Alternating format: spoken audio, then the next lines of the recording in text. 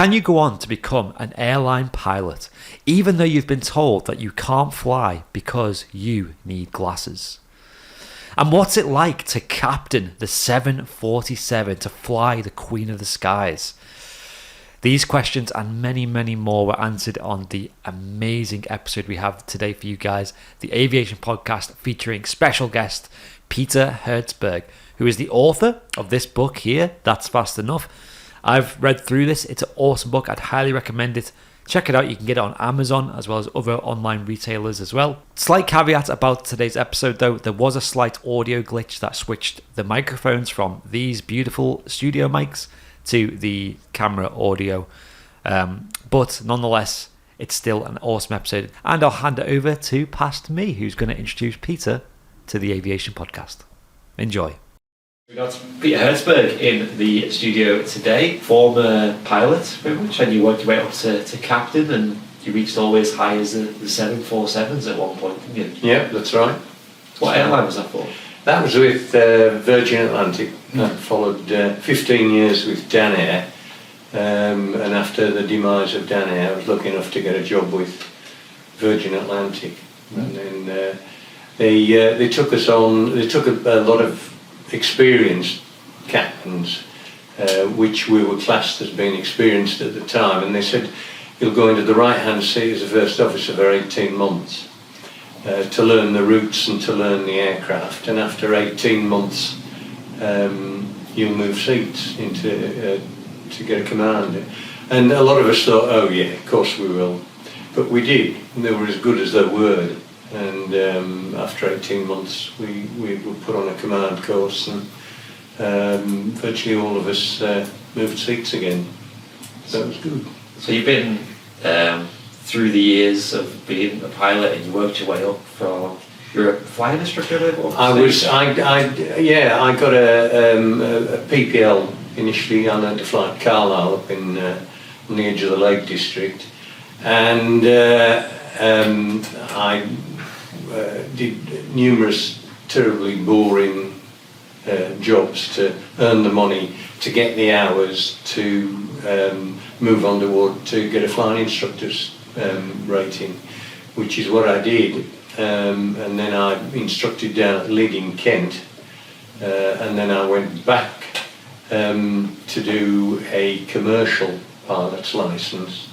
And I got my commercial pilot's licence the year that COULDN went bust and put about 400 highly experienced pilots onto the market. So things were difficult, but I was lucky enough that Carlisle, who knew me because I'd done all my courses there, they offered me a job instructing again on the commercial side, and I ended up back up there teaching people from all around the globe, really. Let's go right back.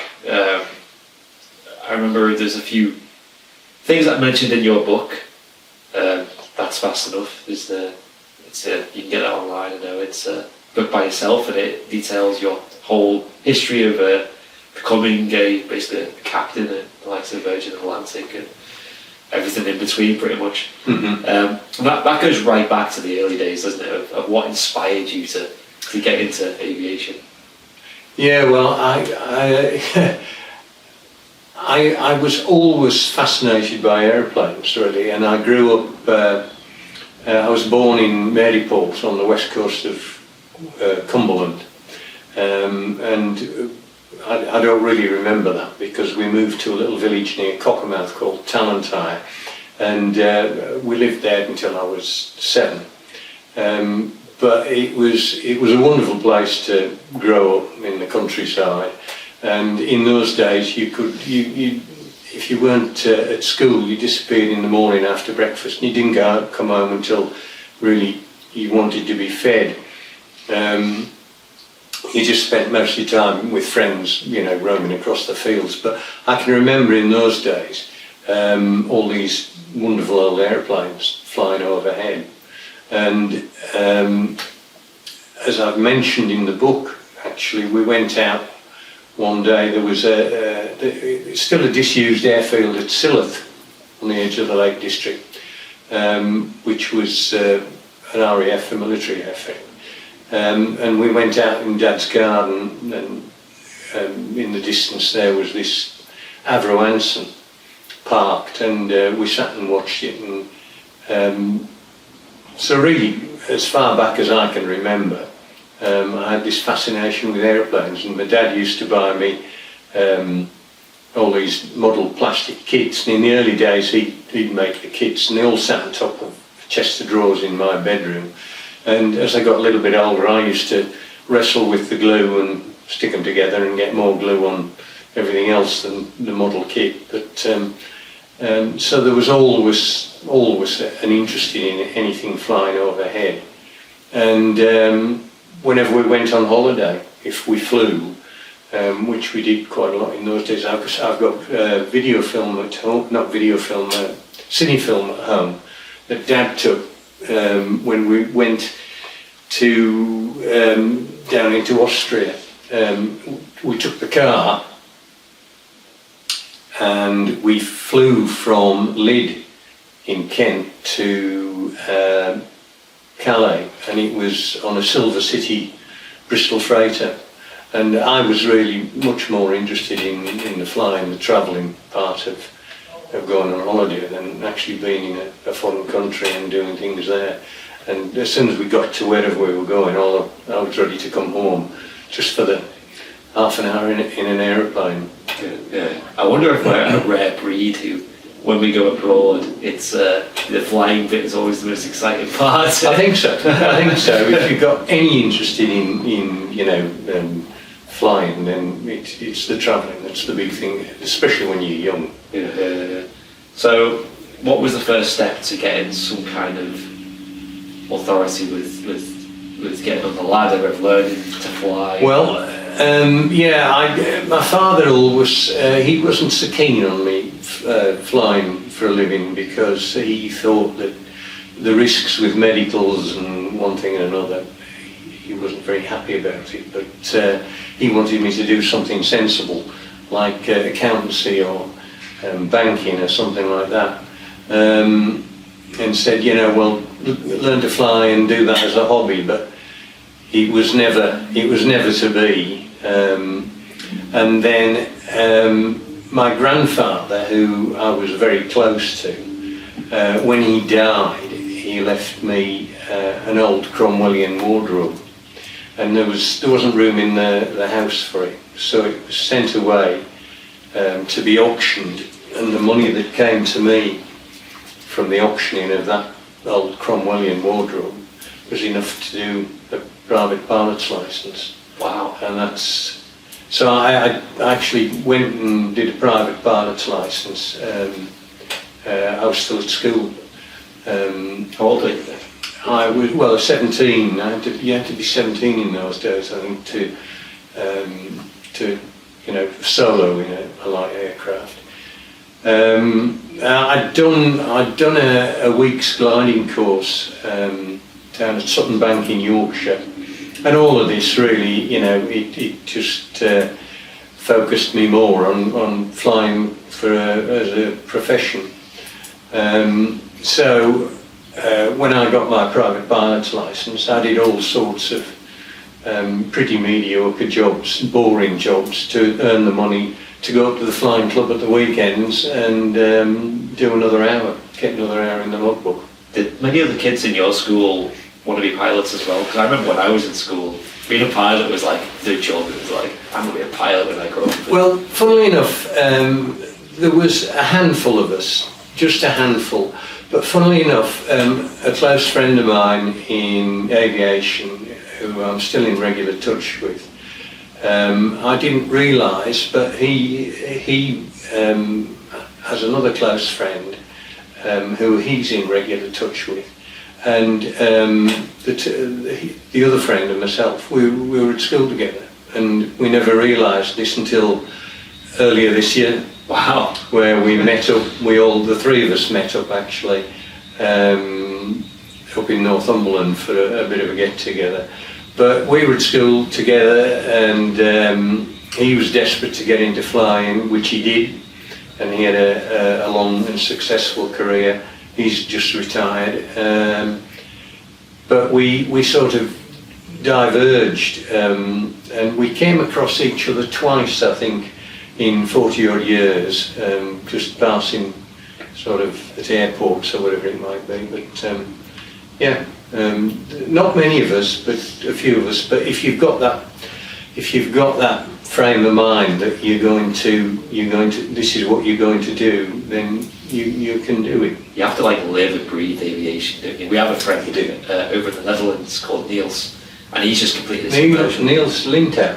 No, someone else. And he's just completed his commercial, and everything he does is like aviation. Like, so the jobs he works is just a fund that, his whole life revolves around just getting on this. And he's now at the stage where he's applying for the airlines now, so it's like he's finally at the end. But it's just like everything just goes into it. And I suppose that would have had a lot of pressure on you with your father kind of not being an advocate for the career. I think it does really, because it takes over your whole life, because you just live, eat and breathe it. But I did, I'd failed my 11 plus at school, so I passed it the following year. So I was nearly a year older than a lot of people in the same class as me at school. But when it came to A-levels, I did further maths and physics, and really I hated it. I absolutely hated it. So in the end, when I'd done all these, I worked in a bank, funnily enough. I worked as a carpet fitter's mate, fitting carpets, all sorts of things, delivering leaflets, all sorts of things, just to earn money. And in the end, when I got those 150 hours that I needed P1 in command in my logbook, it meant I could go and do a flying instructor's course and rating, which is what I did. One thing that fascinated me about the book is the glasses story. I think you got told some bad news quite early on. Yeah, I was told that, now you wear glasses, that totally prohibits you from holding a professional pilot's licence. But you've always needed glasses since like... Yeah, I've worn glasses since I was 16. And it was quite depressing really, and so I diverged slightly in the early days of my career. I got a job at working in air traffic control at Heathrow, which is another story. But because of circumstances there in the air traffic control career, if you like, I was given the opportunity to go to the CA in London to do a full class 1 medical, and I did that, and they sent me the results which said I could hold a professional pilot's licence. So that completely changed the path from air traffic control back into flying for a career. Right, so who told you that you can't fly or be a pilot as with poorer eyesight? Because I was told the same, from an early age, like, oh, you're going to watch your eyesight, it's going to be 20/20 to be a pilot. No, well, it was an optician, funnily enough, right. whose name I shan't mention. Well, he's not with us anymore, but when I first needed glasses, I was having trouble at school really in the blackboard, and so we were sent to the optician that the family used, and he said, oh well, that's it, I'm afraid you can. Whether or not he was prompted by family to say that, I shall never know. But I don't know what the finer points and limits are for eyesight with an aviation medical, but just because we wear glasses doesn't mean necessarily that you can't follow your path. Yeah, I spoke to another pilot who wore glasses, and he just said we just take an extra pair. Just if we did lose them, you got an extra pair. Yeah, you've got to carry an extra pair. Yeah, because that probably brought an old memory of just like how that was such a stigma back in the day, and you think back to it, maybe in like the RAF or something, maybe having a better edge on eyesight's importance, but commercial aviation's quite... Well, I went to Biggin Hill and did the, they called them tests in advance for aircrew, for me personally, being a military pilot wasn't something I would have necessarily craved for quite as much, but it was another opportunity, and I thought I'll give it a go. And to do that, the best thing was to go down to Biggin Hill and do, I think, 3 days tests in advance, they called it. And when I went down there, they said to me, "You can't fly because of your eyesight." Wow. Which, I mean, to be fair, there's plenty of people who don't wear glasses who are perfectly capable and the sort of people that they want. So why should they take people with glasses? So how did it make you feel when you were told that you basically couldn't be a pilot? Well, yeah, highly depressing, but it wasn't to be, and it wasn't that long until I'd learnt the truth, and I'd found out from. I still have the card that the CA sent me saying passed as fit for a Class 1 medical. I still have it at home. Wow. Yeah. So you were back on the train of getting funds together and working to fund your MPL and your commercial. Yeah, I had the guy who taught me to fly up at Carlisle. He before he started instructing, he was a milkman. A great character, and really he described himself as my second dad, and he was really helpful he put his arm around me, metaphorically speaking, and helped me whichever way he could. If there was airplanes to be that they'd sold at Carlisle that were to be delivered, he'd ring me and say, "Do you want to take this airplane from A to B?" And it was another hour or so in the logbook. But he helped me an awful lot. He was a great guy, great character. So you were obviously training up, and then what was your first chance at like some kind of paid work in aviation work? Well, I don't know what the rules and regulations are now, but certainly you couldn't fly for hire or reward with a private pilot's license unless you had an assistant flying instructor's rating. So when I did the assistant flying instructor's course, excuse me, I got a job down in Kent, and it was the guy who taught me to fly, a guy called Bill Moore. He rang me up one day, and they had a little aeroplane at Carlisle that they used for commercial training that was used for aerobatics, a Beagle pup. And they sold the pup to a flying school in Kent. And Bill rang me up one day and he said, have you got time to come up to the airfield? He said, because the chief flying instructor who is up here, he's going to take the airplane back to Kent, and he's looking for an assistant flying instructor. So come and meet him. And it all followed from there. What sort of time frame was this? So when you were 17, you sort of started with the flying lessons? Yeah, so I must have been, I think I was about 19 going on 20 when this happened. Probably nearer 19, because I went down to Leeds in Kent for a year and instructed down there and built the hours slowly to get a commercial pilot's license. And then I went up to, when I had sufficient hours, the flying school at Leeds was going bust slowly. It was on its knees, really. Fortunately for me, I'd got I think 750 hours, if memory serves me right, which is what I needed to do the commercial pilot's license course. And I booked an 8-week ground school cramming course at Oxford. Going to do the course just about coincided with the flying school going into liquidation. But it was 8 weeks of hard work, cramming really for the written exams. So following the 8-week course at Oxford, we had the all the written exams, which I passed, and I got the results of those just a few days before my 21st birthday. Wow. So that's how I remember it. It's a big celebration. Oh yes, just a bit. Yeah.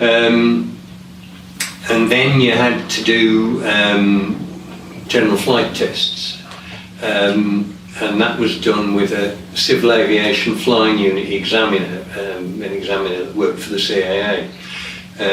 1 to 3 was done in a single engine aeroplane, and GFT4 was the night bit, and it was done in a twin. And the only reason it was done in a twin was because the CA examiners would fly in a single at night because of the risks. Of course, yeah. So then you went on, and how long was it until you got a job at an airline? Well, I went back, as I think I've mentioned, I went back to Carlisle. I got a job teaching foreign students, and I was there nearly a year. And I pestered the fleet manager in Danair of the 748 fleet. He was a really pleasant guy based at Newcastle. The 748s, they were twin engine turboprop. Yeah. And at the time, the oil bubble was growing slowly in Aberdeen, in Scotland, and everybody all the oil companies were piling into Aberdeen, and they needed airplanes to flog up and down to Sombra, amongst other places, where the crews were then transferred to helicopters to go out to the rigs. And I managed eventually, got a job with Danair on the 748 based in Aberdeen. Yeah. And I made up one of the crews for the third airplane, I think. When I left Aberdeen, I think we were up to about 18 airplanes up there. Wow. So it just expanded out of all proportion, really. You think that was mainly down to, like you said, the oil Definitely, industry? it was all oil work. Yeah. Oil work, yeah. And it's still kind of similar today, isn't it? If you get to Aberdeen today, it's full of helicopters taking oil workers out onto the rigs and things. And obviously back then it was kind of the same, and that was kind of the start of it, really, wasn't it? Yeah, we I can't remember the exact details, but we used to fly them down, God knows how many airplanes a day flights a day between Aberdeen and Sombra. But we also had a contract between Glasgow and Solomvo. There's a big oil terminal up at Solomvo, the airfield there, Scatston. And we had, I think, 2 aircraft, 2 if not 3, flying between Glasgow and Solomvo. So the HS748, was that a very hands-on plane? Did you have to do a lot? Yeah. Like these days? Well, there were no autopilots. I think one of them, if I remember rightly, one of them had an autopilot. But the rest, we hand flew them. And they were a basic, great airplane, but they were very basic. But they did the job. The Series 1s carried 48 passengers, and the Series 2 carried 52 passengers, and we had 1 cabin crew down the back. Just 1 cabin crew? 1 cabin Wow, crew. they would have been busy. Yeah, they were. Suppose they weren't long flights there, were they? They would have been. Sorry? They wouldn't have been long flights. An hour up to Sombra, and probably, I think it was an hour and a half between Glasgow and Scatston. But and we used to, there were several crews night stopping every night, either in Scatston, the Solomvo oil terminal, in the executive accommodation, and at weekends there was at least 1 crew, if I remember rightly, night stopping in Sombra. Yeah. So what were some of the sort of things that plane had? Maybe things that you had to do, like routines that a modern airliner wouldn't exist anymore? Well, for the first officer, the pressurisation system, there was down by the first officer's right-hand foot, there was a dump valve, and that was closed after takeoff, and that was like putting the plug into the pressurised cabin, if you like. Yeah. And then spill valves that had to be closed manually, which affected the flow of air into and out of the cabin to keep pressurisation right. So that had to be dealt with, which it's these days it's all automatic. The undercarriage lever was on the captain's side, so if the first officer was flying the airplane, you always had to nudge the captain when you wanted the wheels down. A lot of the old captains in those days were sort of from the tail end of the war, or some of them were, but and if they gave you a sector to fly the airplane, you flew the airplane, but you did the lot. Everything, yeah. Everything. The paperwork, the radio, flew the airplane, everything. Yeah. Which is great fun. It was a great place to learn your trade. But you always had to ask them to raise and lower the gear. Yeah. Yeah. When the time came. Yeah. And that would have been your first commercial flight there, or your first commercial flight with passengers, right? Yeah, that's right. How did the first flight go? Was that exciting? Yeah, well, it was, the old 748 cruised at about 140 knots. 140, no, a little bit faster than that, I think. 180 knots. But it seemed like a jet fighter to what I was used to at the time. But you soon got used to it, and they always say that certainly with the size of an aeroplane, it doesn't matter that it's a big aeroplane. With time, you grow accustomed to the size, and it's the same with the speed, really. And when I went from the 748 onto the 111, that was just unheard of speeds. But again, after a little bit of time, you soon catch up with it. So I assume you were living up in Scotland at this point, then? Yeah, I was living in Aberdeen. I'd married one of the cabin crew. We're still married after all these years, and eventually my turn came for a jet course, and it was the 111. And when you were in the full swing of this, how did your family react to that? Did it change? Did your father turn around and say, "I think you're right, this is for you"? Or he never said a lot, really. He never said a lot. He always said, "Yeah, oh well, we're very pleased and very proud of what you're doing." And I think he probably mellowed over the first few years because he knew it was what I wanted to do, and nothing was going to change that. Yeah, that's great. Yeah. So when you moved on to jets, how long were you there before that change happened? I was in Aberdeen for 3 years, and Danair were actually they were a great company, but I had a commercial pilot's license, and to get a command, you need an airline transport pilot's license. But Danair, if you gave up 4 weeks of your annual leave, they would match it with 4 to give you 8 weeks to go back to Oxford and do the ground school for an airline transport pilot's license. Okay. And I did that. I went off, did the ATPL. But while I was doing the ATPL at Oxford, I got a phone call saying, would you like to jet course? We can offer you the Comet, based at Gatwick.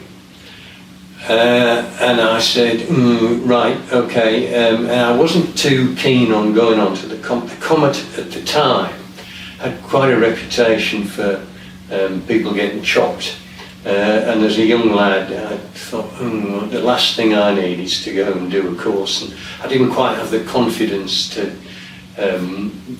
take on the Comet. And I certainly didn't want to go to Gatwick, because being from up north, I wanted a northern base either at Newcastle or Manchester.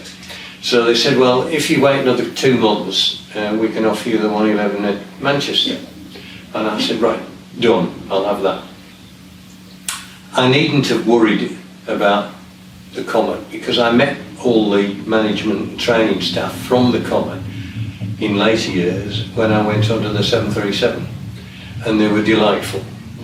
So it wouldn't have been an issue, but I didn't know that at the time. They had quite a reputation for being quite tough, but they were absolutely delightful. But as soon as I'd done the ATPL, I was packed off onto the 111 course, and halfway through that they rang me up and said, there's a guy on the 111 course before you going to Newcastle, and he wants to be at Manchester. Would you rather be at Newcastle? And I said yes, because my family were in the Lake District and my wife's family were in Aberdeen. So we swapped, so it all worked out. So 3 years after having joined Dan Air, I was on the 111 in Newcastle. What was that like at Newcastle? Was it busy? Great. It was great. We did scheduled services during the week to Gatwick and back twice, and then we did Newcastle, Stavanger, Bergen, Stavanger, Newcastle every day. And at weekends we did charter work down to the Med, so there was a mixture of everything. It was great. Yeah. So, and was your responsibility upped as well with the bigger aircraft as well, and more things? Not really. You just you know, it's your job to do your bits and pieces, and you just do them. It's a little bit, you know, more complex aeroplane, and you know, a lot more to learn really, because the 748 was, although it was great fun, it was fairly basic. But no, the 111 was. Yeah, it was interesting, and it was quite complex. Was it quite reliable, the aircraft? Yeah, it was pretty good. Yeah. It was pretty good on the whole. Dan Air had a habit of buying aircraft that they could find that maybe were slightly easier to source, shall we say. Yeah. And we ended up with all sorts of different series of 111s, 200s, 300s, 400s, 509s, 518s, and they were all different, they were all slightly different. But we had all the manuals, but you know, you could be, although we could fly all the different types of 111, you'd maybe turn up at the airport for a flight, it was a 500 and you'd go, yeah, what's different on this one? Some of them had different flap settings, all sorts of little things, but we had all the manuals, and of course you had your own notes that you'd made through the courses, so you had to maybe quickly refer back or think and have a chat with the captain as to what's what on this one, and but you know, you always had stuff, manuals in the crew rooms to look at. But yeah, 111 was a great aeroplane. Do you feel like it's more standardised today? Because like a pilot these days, most airlines would just be flying one airframe or two, or maybe three, maybe like a different generation, like the Neo and the CEO, or the Max and the 737. But I think these days, with the larger airlines, all the aircraft that they fly are identical. You get on one and it's identical. You have to look at the registration just to see which aeroplane it is. But in the early days, certainly when I think back to the 111 with Dan Air at Newcastle, some of the 111 series were so different. They used to say that they got a box full of instruments and threw it through the flight deck door, and wherever the instruments landed, they just screwed it into the instrument panel, because they were so different. Some of them were so different. But you know, we just again we just accepted it. We had the differences manuals, and we just got on with it. But yeah, they were quite different. And again, did you as a pilot have to put more work into hand flying these planes, or were they? Because these days a lot of computers do a lot of things, don't they? Yeah. No, we could, if it was agreed with the captain, if you wanted to hand fly, you just had a word and said, you mind if I hand fly up to 10,000 feet? Yeah. And all the usual precautions were taken, well, is the weather suitable, are there any defects that were carrying on the airplane that would make it slightly more difficult to monitor? And you just had a chat, and again on the descent, if you wanted to hand fly it, you weren't, if it was towards the end of a long day, then you'd leave the autopilot in as long as you could. But if you wanted to hand fly, you just said, do you mind if I take the autopilot out now? And I'll hand fly, and that was fine. And was that the case where you were kind of back every night at home, or were you often doing night stops? Or? No, I was always a home bird. I always liked going home at night. And it's certainly on the 111 at Newcastle, we were home a lot. Weekends, sometimes we were flying out of another base if we were needed. But generally speaking, I was at home a lot. At this stage, what was kind of your goal? Did you want to stay there forever, or did you want to? Newcastle was one of the best kept secrets, really, because we didn't work very hard, but we got enough flying. We got quite a lot of days off. It was great. But obviously, the goal for everybody who goes into aviation is to end up in the left-hand seat. But you were recommended by the fleet manager once a year. He'd go through the training records, and he'd put forward the recommendation of, what fleet he would recommend you for, and when you were ready for command. But in those days, you needed a lot more hours than you do these days for command, because the airplanes were they didn't have quite the same level of reliability, and there were issues that they wanted a higher level of experience for. I mean, there weren't things like GPS in those days. It was all VORs and needles and that sort of thing. In fact, when I joined DANAIR, DME was relatively new on the airplanes, the distance measuring equipment. Yeah. But if we were going down into Spain at the weekend, we used to, from Newcastle, go down towards Berry Head, Torquay, and then you'd always get direct to a beacon somewhere in France, and it was usually Cognac. And if memory serves me right, from all those years ago, having picked up the AIRAD chart and looked at it and drawn a line on it, it was the 162 radial, and I think it was 162 miles as well. But these days it's all GPS. I mean, just put it into the box and away it goes. But in those days you had to pick up a chart and draw a line in pencil on it and look at what the track was.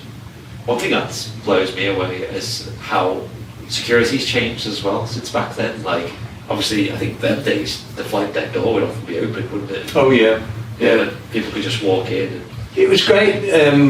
Before 9/11, we had, one of the big things especially on a longer flight, was whoever wanted to go and have a look at the flight deck was more than welcome, provided it wasn't too turbulent.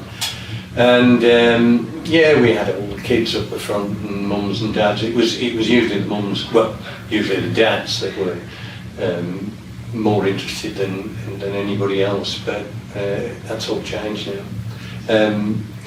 In my latter years, after 9/11, if we had a delay anywhere on the ground, then we'd quite often say, if the passengers were on, while we're waiting, sort of thing, if anybody wants to come and have a look at the flight deck, come on up.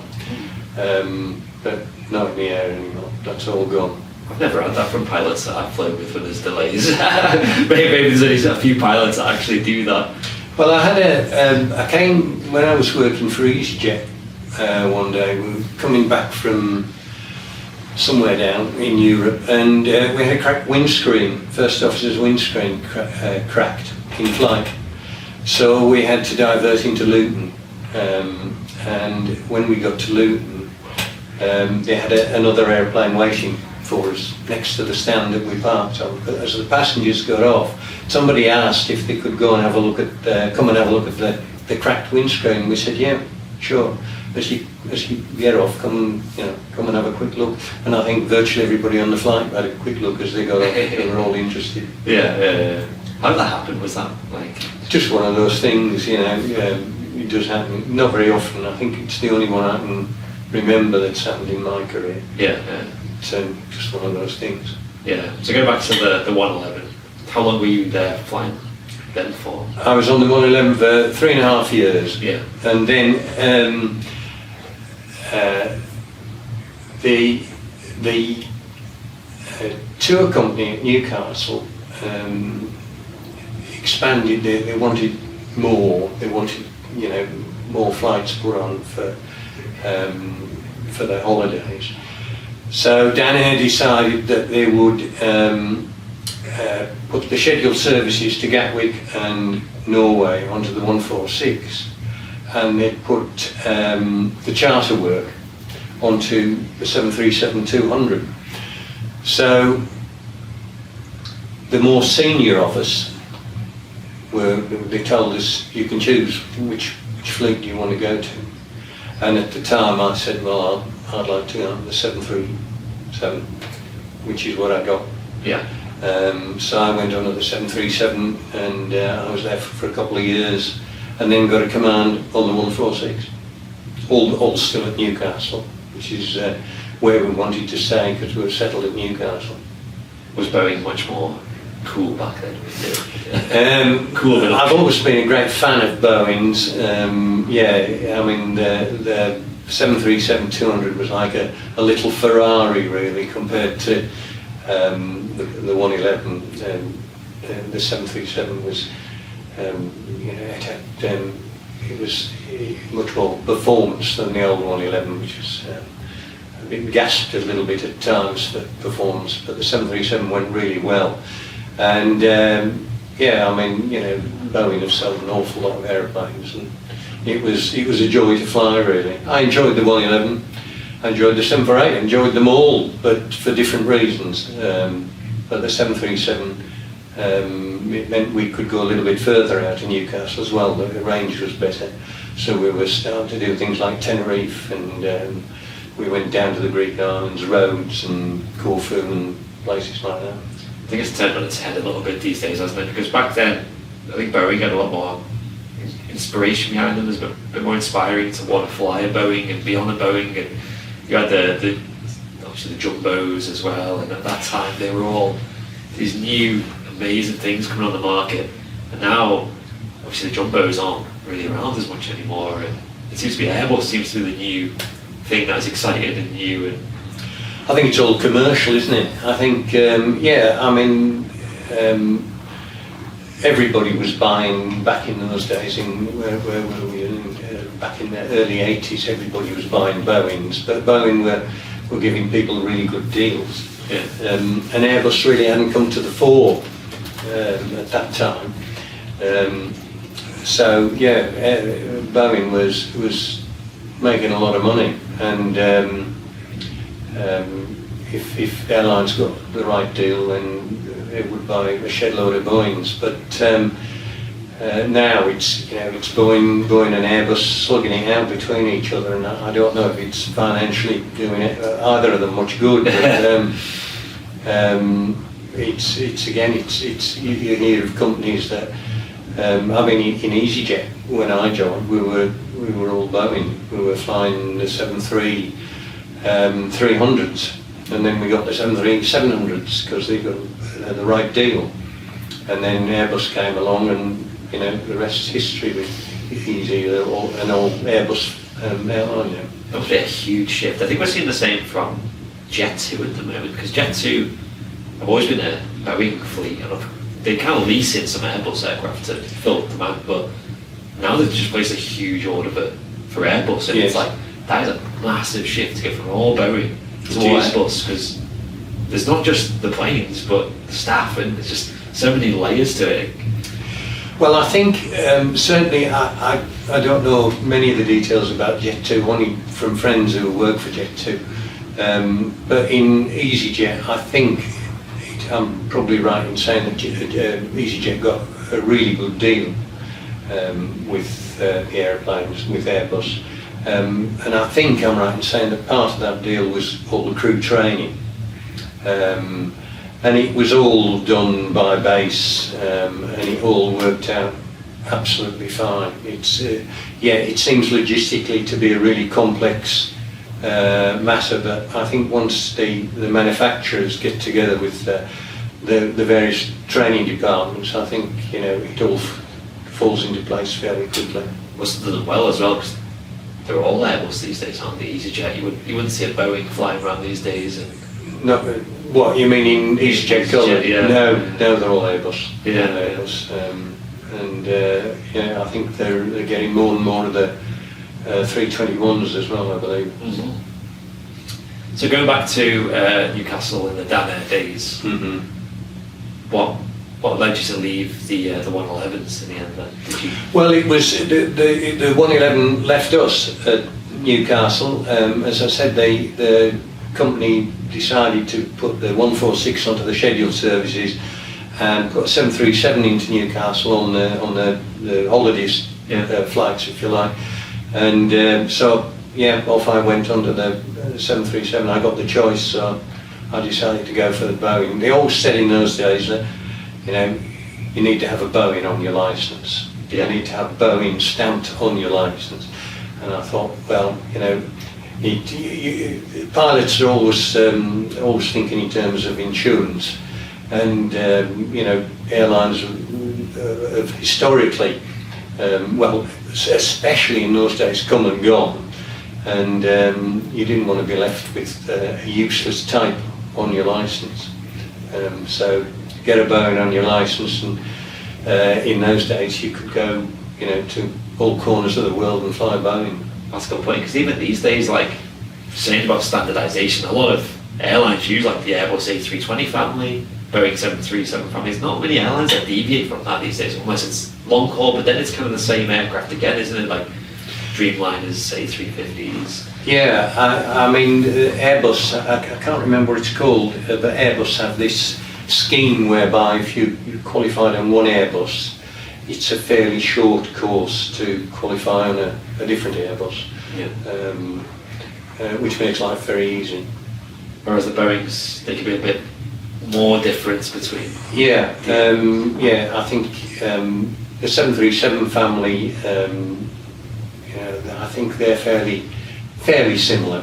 Yeah. But once you get onto the 787s and 747-400s, there's quite a lot of difference there.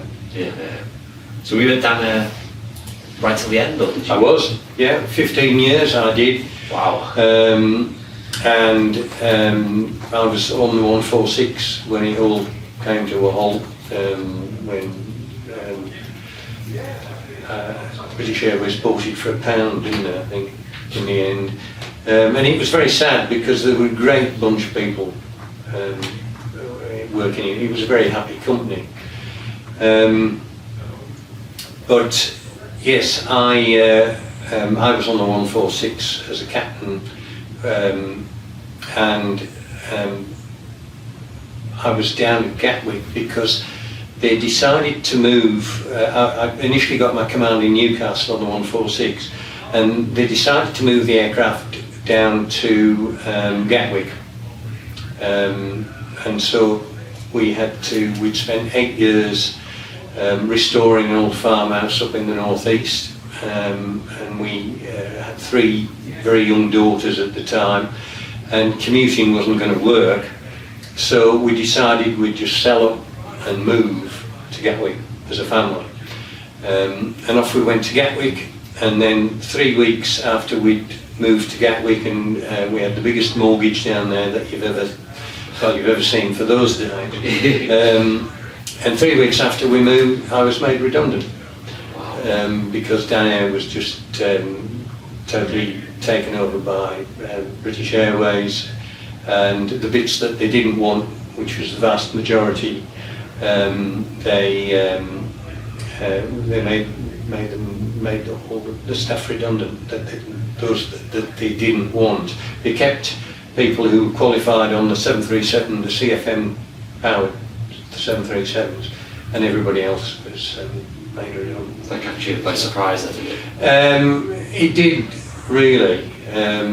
It did, because we always had the hope that, that there were always rumours going that they were going to keep us going and either retrain us or take on board. I was flying the 146. We had new 146s for British Aerospace, and the hope was that they would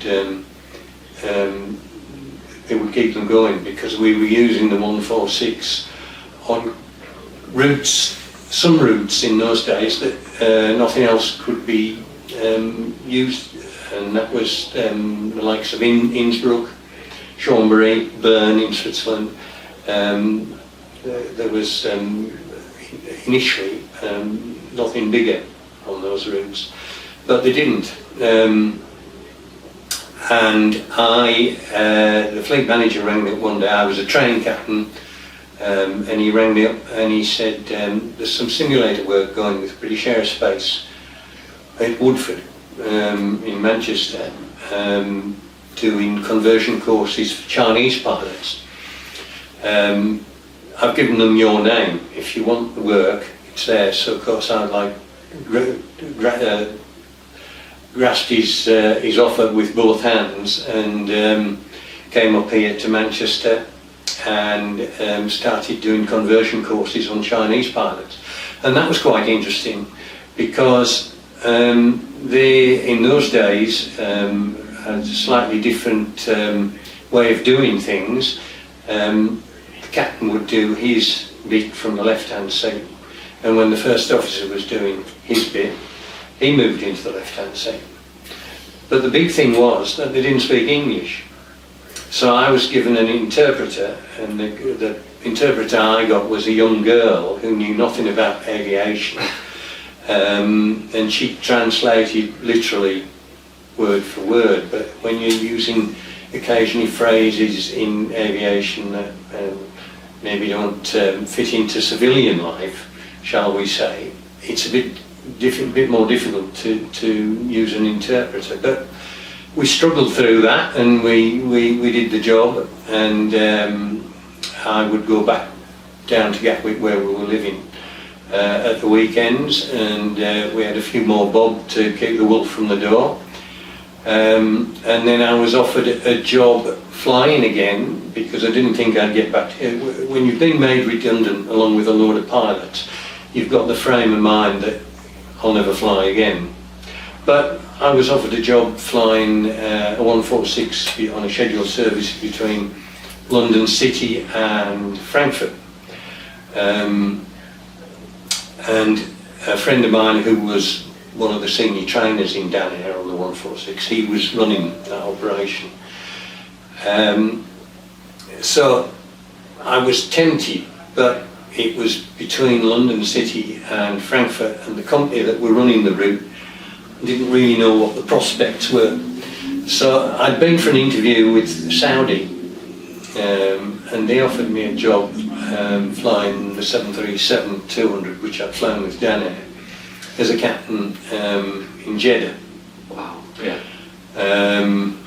Unfortunately, the contract was such that we could only take 2 out of our 3 daughters, only 2 children around. So we hummed and hawed and decided, well, our eldest daughter at the time was quite keen, believe it or not, to go to boarding school, and she'd stay with her grandparents at weekends. So that we formulated that plan. I'd been in touch with Virgin, and I'd got a letter from them saying, I'm sorry, we're not recruiting. And then out of the blue one day they rang and said, can you come for interview? And so I said yes, and the rest is history. I joined Virgin along with quite a few other Danair mates, and spent 10 years with Virgin. When was that? When? Yeah. That was from 1993 up until 2002, I think. Yeah. But I was training in Virgin, I was a line trainer, I was a simulator trainer, and I was a base trainer. And the base trainer is the guy who takes the empty aeroplane with half a dozen new pilots who've done all the simulator, and then you go and pound the circuit, find an airfield that will accept you, take the aeroplane, take 6 guys, and go and pound the circuit, and you have to do so many takeoffs and landings each. What plane would you have used for that? 747. Wow, that sounds like a fun job. Oh yeah, it was great. Yeah. It was great, but there was a drawback. At the time, I made up the 3rd base trainer, and the other 2 base trainers were management pilots. So I'd get rung up quite often to go base training, which was fine, and I really enjoyed that.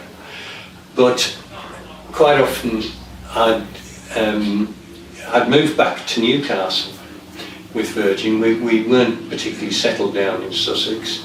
We didn't know many people, and flying long haul, you could live where you could in those days live where you wanted.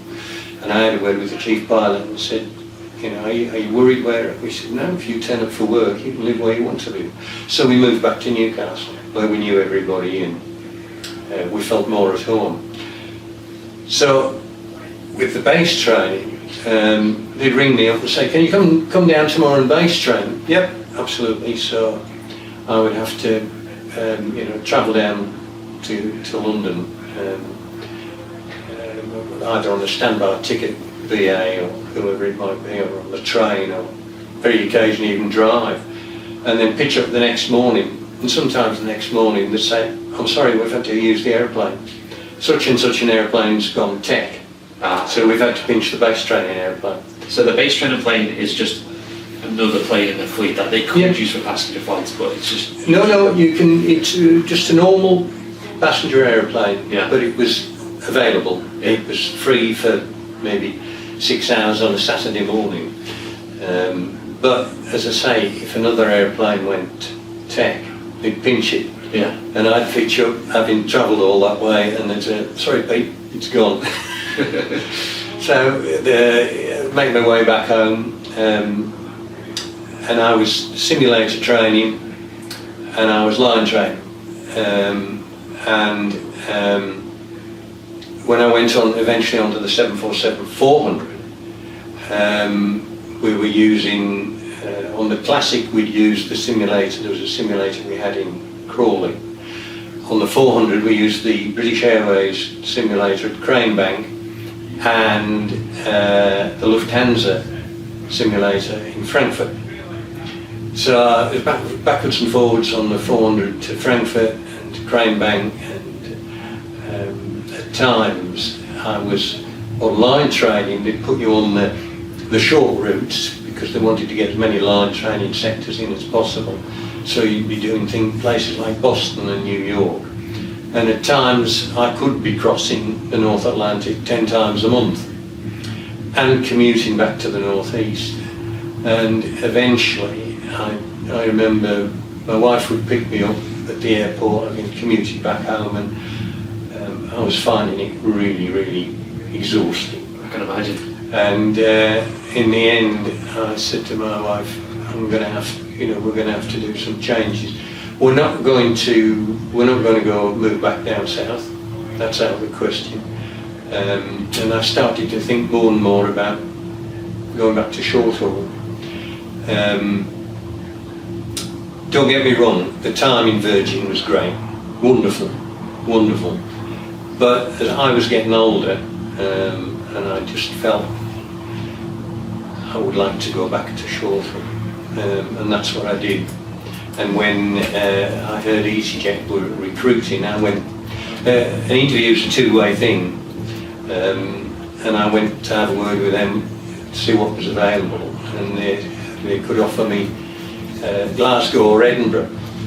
So we decided, after much careful thought, we decided I'd take Edinburgh, and we bought a little flat up in Edinburgh, and I worked there during the week. My wife, who was working at the time, she'd come up on her days off and spend the time with me, and then we'd go home when we could. But after about 10 or 11 months, the news came through that they were opening a base at Newcastle. So it all fell into place really. Yeah. So I did, I think, 12 years with EasyJet in the end, and the vast majority of that was back at Newcastle. Training again. I was a line trainer there. They offered me to go back into the simulator, but I didn't want to do that because the Boeing simulator was initially in Luton, and to get to Luton from Newcastle we had to jump on the scheduled service to Stansted and then get a taxi to Luton, and I just didn't want to get involved again with that much training. So I said I'll train. I'll line train for you along the routes. Happy to do that, and that's what I did. So you actually preferred being at EasyJet in the end, or? No, I enjoyed my time very much with EasyJet, but I really enjoyed my time with Virgin, and I really enjoyed my time with Janet. I've enjoyed them all for different reasons. I've been very lucky, really, with my career. It's always about the people who you're working with, and I've always come across great people in aviation, whoever I've worked for. Generally speaking, there's always the odd one, but generally speaking, great bunch of people. Are you someone who likes going abroad a lot, on like family holidays, or do you prefer to stay in the UK? Now we're probably travelling now more than we've ever done on holiday, but there's just myself and my wife now. We've no longer got, we used to have dogs, and I always hated taking my dogs to the kennels. Yeah. It was always a really emotional goodbye. But no, we travel quite a lot now, and we go with friends, and that really, we're making the most of it while we can, because we're all getting older, and the hassle of travelling at times, you think, oh, what am I doing this for? But we quite enjoy, city breaks, that sort of thing. I'm getting to the stage now where I don't want to climb on an airplane and sit on it for 10 hours. Yeah. I don't want to do that. You've done that. Yeah, I've done that. But I'm quite, going through an airport now with security and check-in and delays, and you think, oh. But like this summer just gone, we took the car into Europe and spent a month travelling around in the car, which we really enjoyed. Yeah. But no, if 3 hours, maybe 4 at the most, long haul, only if I really have to, only if my wife really talks me into it. Yeah.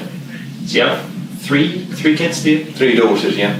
How was that like, raising them with all the different jobs you had in aviation? I assume with Virgin you would have been away from home a lot as well.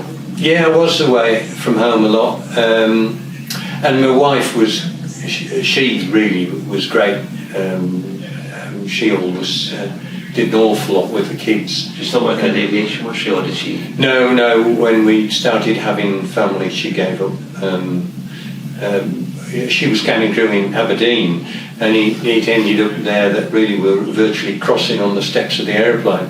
At times I'd be getting on the aeroplane when she was getting off, and we thought, this is not how we wanted to live our lives. But no, when we came down to Newcastle and started having a family, she'd given up by then. Yeah.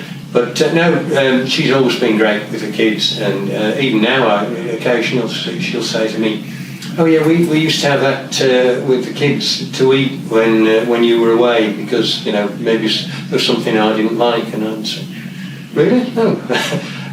So yeah, but the kids will always talk about, "Oh, Mum used to take us here," or "Mum used to do this or that when you were away." But we took the kids abroad quite a lot, on holiday, and I took my middle daughter one of the trips I did to New York. She came with me when she was old enough really where I didn't have to worry too much about her. She came with me. Yeah. Were they inspired by what you did? I think they were always interested, yeah, but not to the extent that they wanted to follow in my footsteps, thank goodness. But no, they've made their own careers now. You wouldn't want them to go through that, or would you prefer they have something else? I think I wanted them to do whatever they were happy doing, because of I was sort of pressurised slightly not to go into flying. So we never, the kids were always we always encouraged them to try and make their careers in what they wanted to do. But I think they've never really wanted to go into flying. Never shown the interest. It's interesting that, because Julie, who was on the other week, British Airways cabin crew, their kids are the same. They're not that interested in it. Really? One of them, I think, was, and I would have thought that if my parents were in aviation, I would have been, wow, I want to do that. That sounds amazing. But maybe they hear the bad sides of it as well. Maybe they do, but I think certainly with in my case, they saw me, going to work at times when they were going to bed if I was doing night flights, and coming back when they're sitting having breakfast, tired, bitter and twisted, and they're seeing the bad side of it all. Yeah, and coming back from long haul flights when just totally exhausted. I don't think that really appealed to them. Having said that, two of my daughters are nurses and they do shift work, so fair play to them. But they take it in their stride. Yeah. Was the 747 kind of what you always aspired to fly, or did you have? No, not at all. I didn't really. In Dan-Air days, long haul didn't really hold any attractions for me, and it went too far and it was too long sitting in the front of an airplane.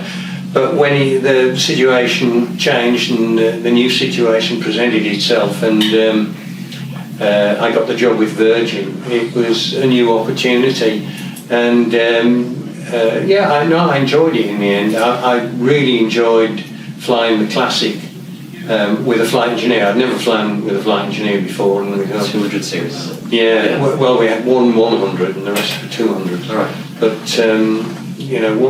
what's it going to be like flying with these guys down the back? But they were great. They were a great bunch of people. Really wonderful knowledge of the aeroplane, and wonderful knowledge of where to buy cheap beer and get cheap meals. And when you're down the route, they tell you how to fix your car during the cruise or to rewire your house. They all got real great in-depth engineering knowledge, and they were great bunch of people to work with. And it was rather sad when Virgin got rid of the Classics and went all to the 400 because they were all made redundant. That's sad, isn't it? Yeah, sad to see anybody made redundant. Do you reckon they went on to do something else? I'm still in touch. We had a few younger flight engineers who were ex-military in Virgin. One of those I'm still in touch with. He actually teaches the ground school for executive jets. Another one went to, I think, freight outfit, flying the old Classics, and I think he's still with them somewhere in the world. But the vast majority of them were older guys who were either ex-BA or ex-Cathay Pacific, and they just retired.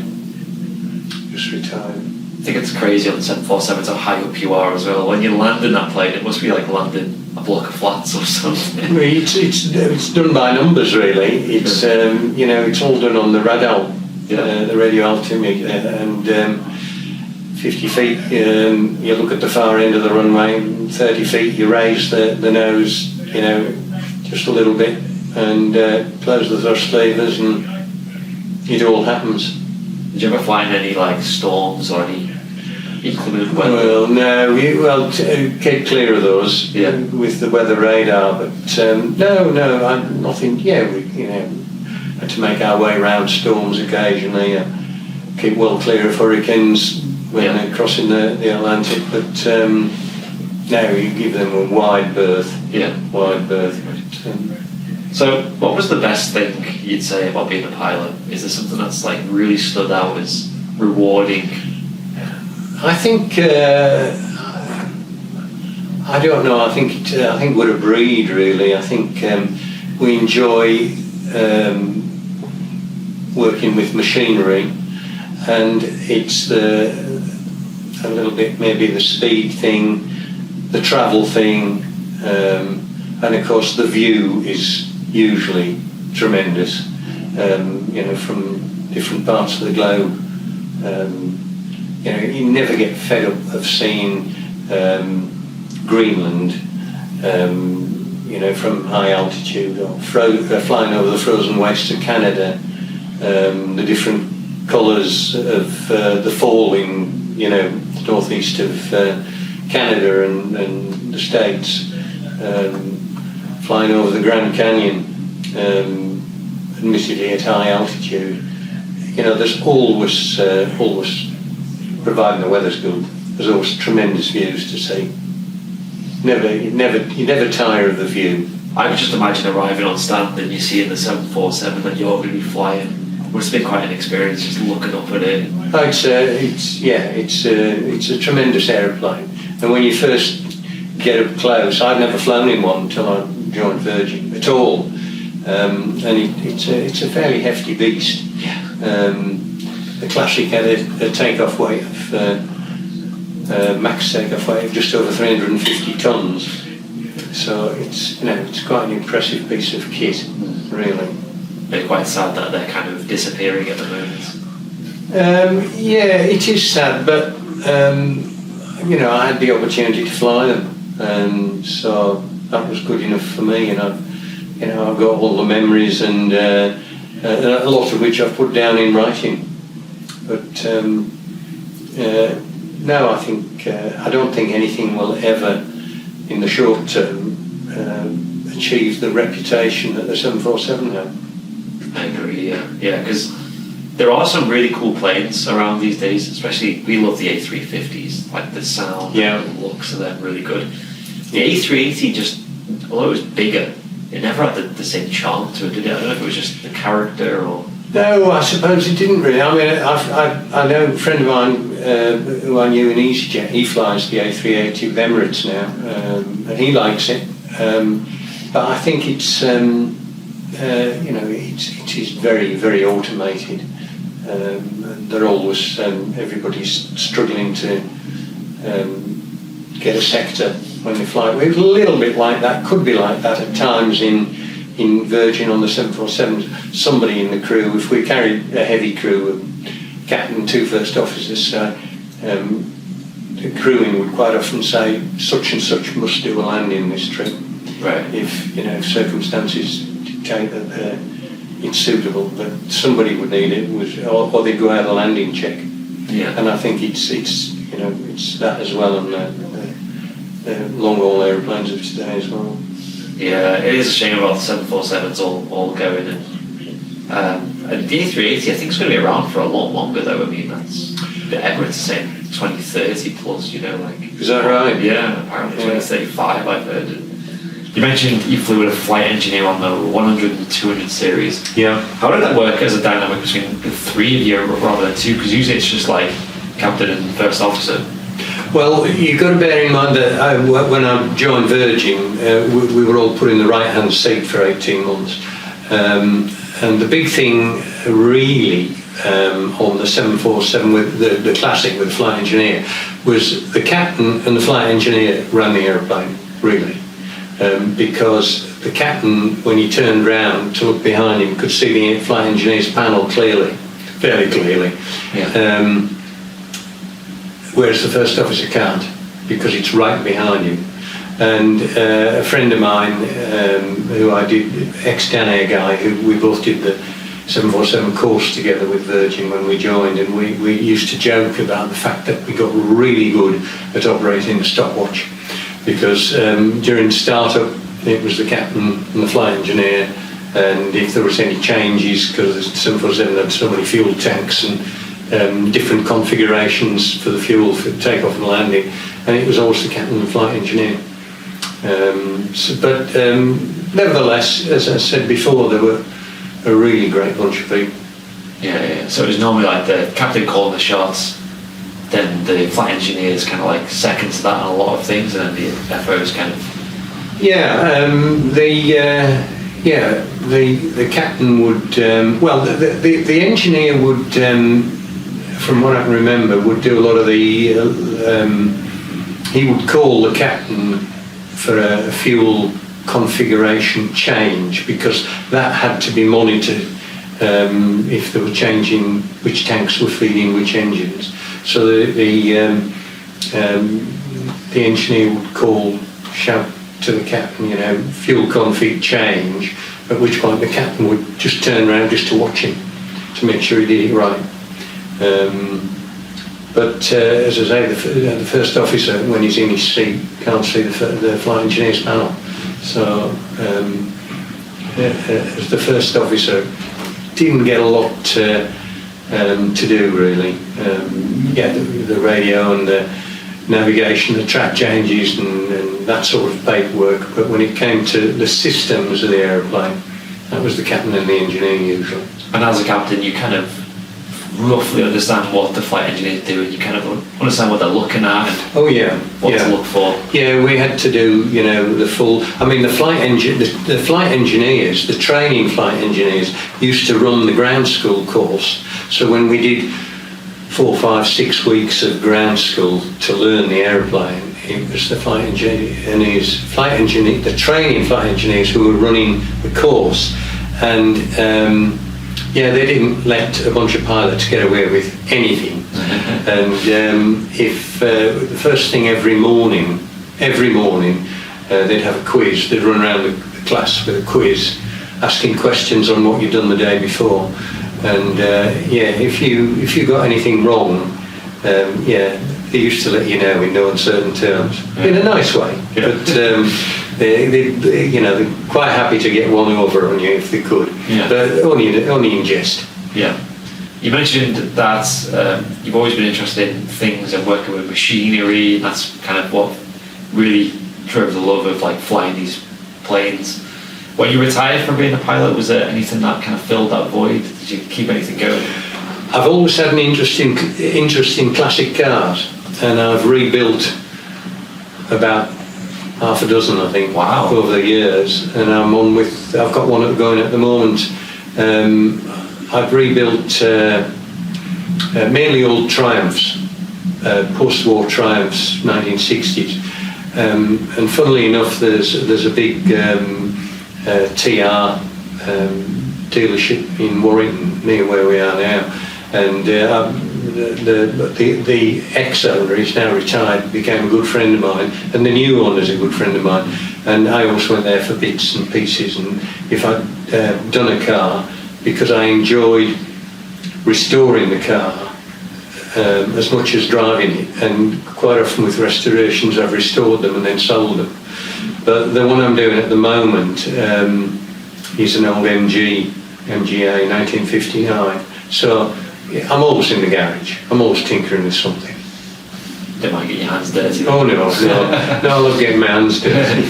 But always tinkering with something in the garage. Yeah, so you didn't have to do that when you were a pilot, though. You just have someone else do all that bit for you. Well, I did do quite a bit, because I always said to people, in some ways, I'm a bit of a frustrated engineer myself. Right.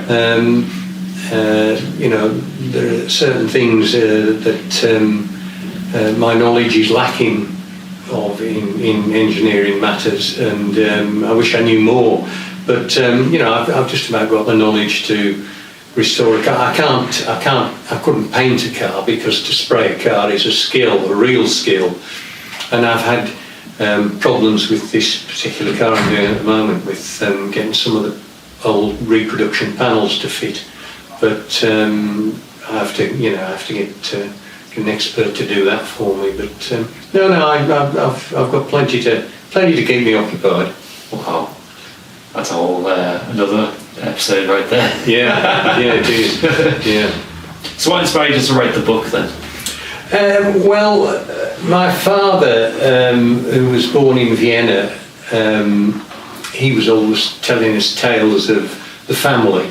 And as it says in the book, my father's side of the family had to flee Germany and Austria because of Nazi persecution, and that story's in the book. But Dad was always telling us really interesting stories, and I always said to him, will you please put them down in writing? And he never did. And so some of the family history that's in the book I've done because I would like to think that my grandchildren and their children and so on in 50 or 100 years might turn around and say, who's that silly old fool who used to fly aeroplanes? What did he do? And I've put down a little bit of the family history and my story in the book so that it's there in perpetuity. There you go. Amazing. So you can get this pretty much online. I think I ordered this from Amazon myself. Yes, Amazon, Waterstones, Barnes and Noble. Yeah, I think the majority of sales have been to Amazon so far. Great stuff. Yep, That's Fast Enough by Peter Herzberg. Go and get yourself a copy now. And Pete, it's been amazing having you on today, should I say. No, it's been a pleasure. Appreciate it. Thank you. See you next time. See you next time.